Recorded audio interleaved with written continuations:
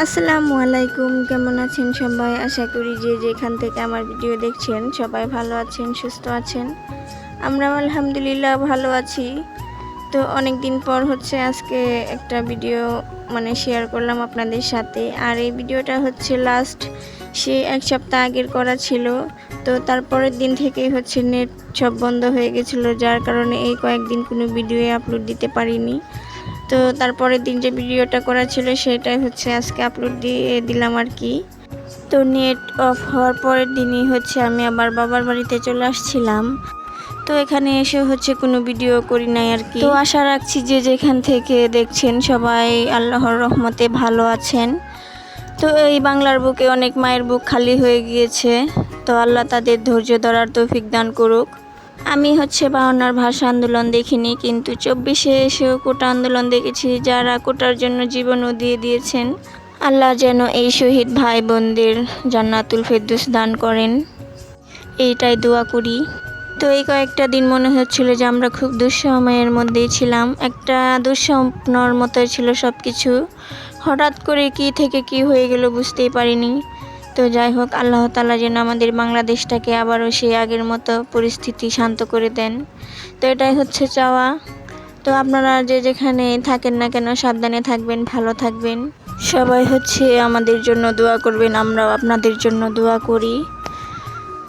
তো ভিডিওটাই হচ্ছে আর এডিট করা হয়েছিল না। তো আমি হচ্ছে বাবার বাড়িতে চলে আসছি এই কয়েকদিন, এক সপ্তাহ নাগাদ হচ্ছে আমি বাবার বাড়িতে আছি আর এখনও আছি।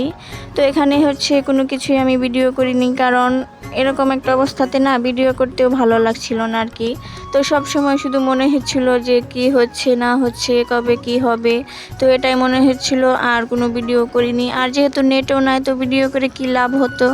তো যার কারণে এই ভিডিওটা করা ছিল, ভাবলাম যে এটাকে এডিট করে তারপরে হচ্ছে আপলোড দিয়ে দিই, কারণ অনেক দিন হয়ে গেছে কোনো আপলোড দেওয়া হয় না ভিডিও। আর আমার পরিবারের ভাই বোনেরা কেমন আছে সেটা জানার জন্যই। তো আপনারা কে কোন জেলা থেকে দেখতেছেন এবং আপনাদের জেলার কীরকম অবস্থা সেটাও হচ্ছে জানাবেন আমাকে কমেন্ট করে। তাহলে হচ্ছে আমি একটু শান্তির নিঃশ্বাস ফেলতে পারবো যে দেশটা কতটা শান্ত হয়েছে আর কি। তো আমাদের গাজীপুরে এখনও পরিস্থিতি শান্ত হয়নি, শাটডাউন চলছে। তো কবে নাগাদ এটা খুলে দেবে সেটা হচ্ছে এখনও কেউ জানে না। তো যাই হোক, আমরা দোয়া করি যেন খুব তাড়াতাড়ি দেশটা শান্ত হয়ে যায়। আর অবশ্যই আপনারা কমেন্ট করে আমাকে জানাবেন। তো অনেক কথাই হচ্ছে বলে ফেললাম, যদি ভুল হয়ে থাকে তাহলে প্লিজ ক্ষমার দৃষ্টিতে দেখবেন। তো এরকম পরিস্থিতিতে না রাতে হচ্ছে ঘুমাতেও পারি না, ভালো ঘুমও আসে না। তো সারাদিন শুধু চোখের সামনে ওইগুলাই ভাসতে থাকে আর কি। তো মনে হচ্ছিল যে সে 71-এর যুদ্ধের মতো সব কিছু আর কি। তো যুদ্ধ হচ্ছে অবশ্য দেখিনি, কিন্তু ভয়ের বাসায় মনে হচ্ছিল যে এরকমটাই, সেই 71-এর যুদ্ধের মতোই সব কিছু। তো যাই হোক, সব কিছু যেন আগের মতো ঠিকঠাক হয়ে যায়। তো এদিকে হচ্ছে আমি বাবার বাড়ি আছি এক সপ্তাহের মতো, তো চলে যাব কালকে। তো এখানে হচ্ছে ওয়াইফাই ছিল, তো যার কারণে হচ্ছে ভিডিও দিতে পারছি। তো বাসায় যাওয়ার পর আর কি, যদি ওয়াইফাই তো নেই, যদি নেট আসে তাহলে হচ্ছে আপনাদের সামনে আবারও ভিডিও নিয়ে আসবো প্রতিদিনকার মতো। তো আজকের মতো এই পর্যন্তই।